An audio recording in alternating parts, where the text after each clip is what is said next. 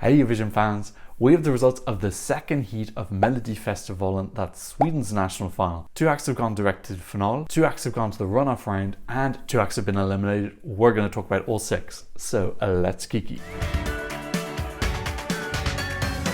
If you're new here, welcome. My name is Tom. I'm an Irish Eurovision analyst, and you can find all of this stuff on my Eurovision channel. So heat 2 of Melodifestivalen happened in Gothenburg, Göteborg. And again, we had 6 acts competing in this new format that Melodifestivalen has, where we've got 5 heats of 6 acts. I keep saying semi-finals. No, not semi-finals, it's a heat. We've got 5 heats with 6 entries in each one. So I'm going to talk about all 6, but let's start with the 2 songs that went direct to finale and straight into the final. And the first of those was Liamoo singing Dragon. Now this was the song that I was by far the most hyped for out of everybody when the lineup was announced. And that's not because I'm an absolute diehard Liamoo fan. I didn't like his early entries that he had, I think in 2018 and 2019, or I thought that sound was very, I didn't find those songs particularly great. But then Bluffing in 2022 was my number 1 of Sweden that year, and definitely would have been in my top 10 if it had been chosen for Eurovision. So based off of that hype of Bluffing, I was really excited by Dragon, and this did not disappoint for me at all.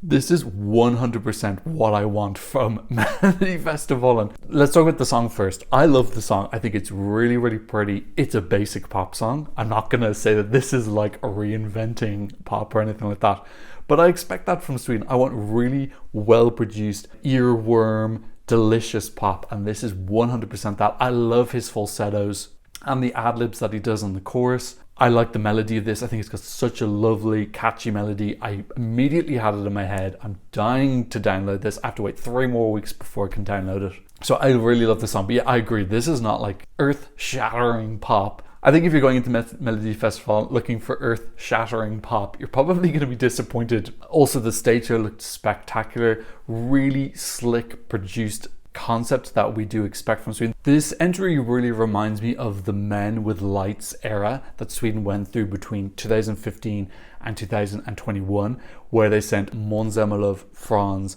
Robin Bengtsson, Benjamin Ingrosso, John Ludwig and Tusa. All had like really slick pop songs, very cool staging, often using a lot of lights. Liamoo actually didn't use lights, he used fire. So maybe Sweden's entering their fire era. I love this. I like that the song is called Dragon. You know, the lyrics are pretty, you know, I'm strong. But I like that they're at least using a new metaphor instead of calling him like invincible or invulnerable or whatever. He's gone for the dragon thing, which seems to be his little like niche. We had dragon images when he did Bluffing as well. So maybe he's got like a dragon tattoo, or he associates with that aspect of Chinese culture. I love the fire pillars that he had. There were 4 fire pillars. He had some interactive graphics on the ground where he stamped his foot and some flames went out. And he also had the bit where he did like a Hadouken, if you know Street Fighter. Hadouken. So I like that, and he synchronized it really well. His timing was very perfect. I thought he was pretty good vocally. Towards the end it sounded like, I think there was one bit where he just like wasn't singing. I think he like he kind of like looked at the ground for a good like 5 seconds, and I'm pretty sure that was all the backing track. I think the studio version is going to sound awesome. I cannot wait to hear it. I love when Sweden does these really cool, slick packages where you kind of feel immersed for 3 minutes, and it's just enjoyable. It's like being detached and being brought into like a story or a fairy tale. I got some Game of Thrones vibes. I got some fantasy, dragon, computer game. Really cool entertainment for me. I really, really like this. I see some people saying that this is basic bitch pop on Twitter and whatnot. I love it. I think this is really great. I would be very happy if this won Melodifestivalen. We still have 3 heats left to go. I'm imagining that there are stronger songs. I think Marcus and Martinez are probably going to be bringing something pretty big in the 5th heat. Usually the winner from Melodifestivalen, I think most often it comes from the final heat, not always. I think the Mamas were in the 1st heat in their year, so it can come from anywhere, but I don't usually associate the 2nd heat with being the one that has the winner in it. In any case, he won the semi-final. He went straight to the final. I thought it was super deserved. So much fun with this staging, and I'm so happy that so early in the contest I already have a song that is something that would be in my top 10 at the end of the year if it won, because that's what I want from Melodifestivalen. I want to have my like really strong, amazing pop song that I'm obsessed with, at least one of them every year. If I can get more, I get greedy, that's great, but to have that one magic song already, I'm so happy. In terms of how Dragon is going to do in the final, I'm not sure. My gut feeling is it's going to come 3rd or something like that. I do think that it's going to be respected by the juries because it's a cool performance. I think the public will get behind him because I think this is one of his stronger songs. I would love if it won, but I'm not expecting it to. I think we've probably got some stronger songs coming up later. So then all the other 5 acts went into the points and the voting system, and they're all given points. And then we got our second act who went directly to final, and that was Maria Sur singing When I'm Gone. And she got 7 out of the 12 points from all the different age groups who were voting. And I totally agree. I thought this was a fantastic performance. I think the song is good. I wouldn't say it's okay. I'd say it's better than okay. It's good. The staging is very cool. And again, this is the standard of super slick, cool, creative staging that I just think Sweden do so well. Same with that Boys with Lights era. This is Girls with Lights. Yeah, it looked awesome. I was getting like a diamond heist theme, like she was breaking in somewhere to steal some diamonds. We had lots of these beautiful lines being drawn. We had a couple of diamond patterns at some point. This kind of dark blue and silver color palette. She looked awesome. She sounded awesome. I actually saw her mic footage. For some reason, Melodifestivalen, they published their mic feed where you can hear exactly what went into the microphone without any backing track or any noise. And she sounded really good. Like, she's a really good singer. I love her backstory as well. She's originally from Ukraine. She came to Sweden as a refugee, I believe. She fled Ukraine in 2022, came to Sweden. She met Sara Dornfiner somehow. Obviously, Sara just saw this incredible talent, and then things just kind of went from there. I love this backstory. She seems like a really lovely girl as well. Great performer. She's got a great look.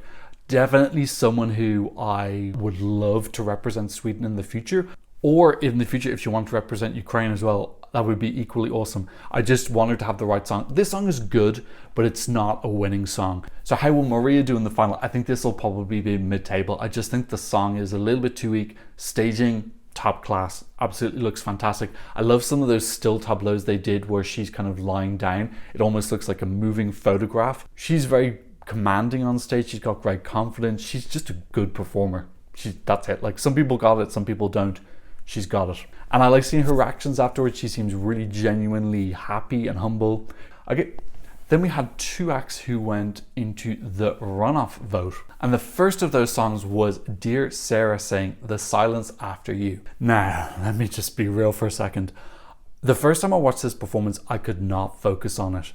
This, for me, is just so mid.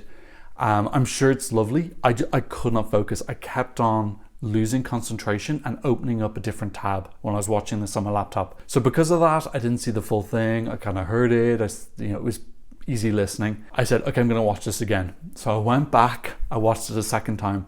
The same thing happened again. I swear to God, I just could not keep my attention on what was happening. Again, I went off onto another tab and I caught myself. I said, okay, no, you need to go back. I went back and I just kept my hands away and forced myself to watch it. I'm not saying it's bad or anything. I'm just saying I find this incredibly unengaging. I could not concentrate. I could not focus. It is so calm and mid and smooth and easy listening, and there's nothing for me to grab onto. The staging is kind of pretty. There's a ball, and then there's lots of these beautiful kind of wispy river of pink and blue and silvers, and that moved around. I think her voice is fine. I find it a little bit, I don't massively enjoy her voice either. Yeah, God, sorry, just definitely. Obviously people are vibing to this. It came 3rd in the semi-final. I'm not one of them. Maybe in the future, but 2 out of 2 times I watched this and I was not able to make it through the 3 minutes. I was not grasped at all. I don't know what else to say. That's literally, I'm just describing to you what happened when I was watching it. The second person into the runoff vote was Fröken Snusk, singing Unga och Fria. Really fantastic to have a Swedish song make it out of the heats. That's really great. So this style of music is called epidunk, which is related to Rusa music from Norway, which we had last year with Jone, this year with Mathilde. So this kind of like very dancey, high tempo pop. I thought this looked really cool. I loved her on the, was it a pink unicorn or just a pink horse?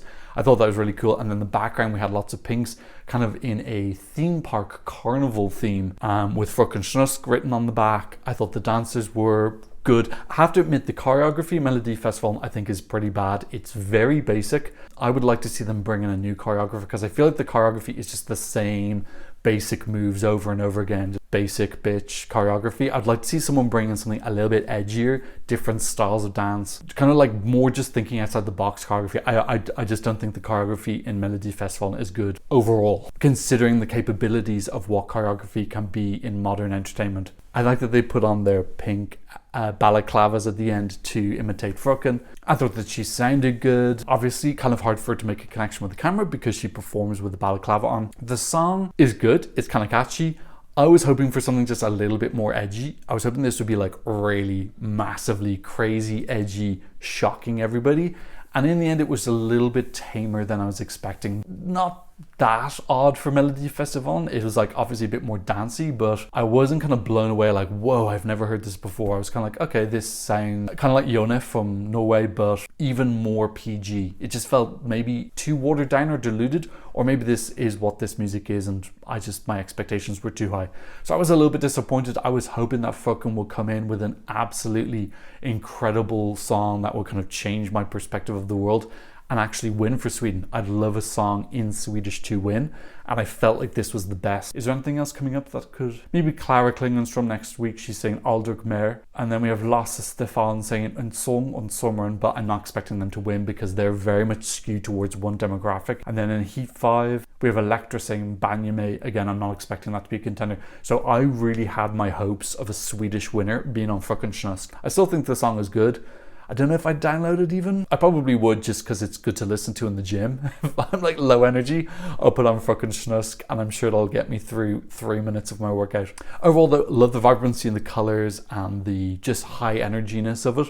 So I'm very happy this went through the run out vote.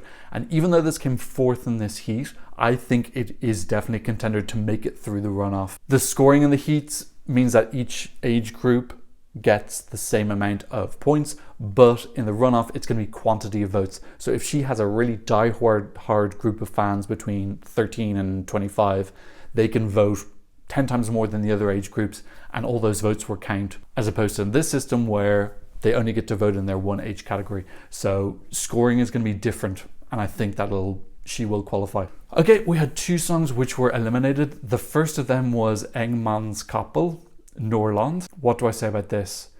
I thought this was very boring. I don't know how else to say it. I thought this was really, really boring. This was like the just pure background music. Very lovely, kind of giving me wedding band vibes, like music you'd have on during like maybe a summer festival or something. Like the backing group who you don't focus on, you're talking to other people and you have this lovely kind of summer Swedish music going on. I like the color palette. Sorry, but that's just how I think. I like the color palettes. There were lots of oranges and reds. I thought that looked pretty. But yeah, this music for me just went... Again, this was harder for me to focus on than Dear Sara. I felt like this heat was 3 really great acts, and then I felt there was this huge gulf in entertainment down to the 3 other acts. I just felt like they were just different leagues to me. So I was surprised that Dear Sara went through, I gotta be honest, but people like it, that's great. And then the final act that didn't qualify was Sijo saying Ahoma. I like the idea behind this, the sound. He sounded kind of different. He had a different color palette. He had different types of graphics. The choreography was like a little bit different. We're getting some slightly African hip-hop influence in the dancing, but I do feel like Melodifestivalen needs to maybe broaden their pool of choreographers to get different perspectives. The song is cool, really nice, fun, chill vibe. It was just too repetitive. That was a problem. It's just so repetitive, especially the lyrics in the chorus. And if you're gonna do the same chorus and not really develop the song massively, give us different words in each chorus. Do not give us the same word over and over and over again. It's just not engaging enough. I like him bringing a new sound. The song just wasn't there. And you need to be writing a song that's entertaining for 3 minutes. It has to be an entertaining package. This was not 3 minutes of entertainment. This was a minute of entertainment, tripled. But I'd like to see him come back with something stronger. Okay, so that's what I thought about the 6 songs that were in Heat 2 of Melodifestivalen. What did you think? Leave me a comment in the comment section down below. Who was your favorite? Would you have changed any of the places? Would you have put Engmans Kapell or Sijo into the qualification rounds if you had the choice? Who was your favorite of the directed final? Was it Maria Sur or Liamoo? Let me know down below. Thank you to Reese and Elski for supporting me on Buy Me a Coffee. No new donations on PayPal, but if you want to support the channel, you can do so there as well. I'll leave links for you in the description down below. And of course, thank you to my patrons all over over the world for patronizing my channel. On my Patreon, you can see the original audio when I get copyrighted. You can get updates about upcoming videos. You can join on my Eurovision scoreboard group and get a couple of early releases. So go check that out if you're a fan. But as always, thank you so much just for watching and maybe leaving a like and maybe sharing the video. And thanks so much for watching. I'll see you in another Eurovision analysis video very soon. Goodbye. Blah, blah, blah, blah, blah.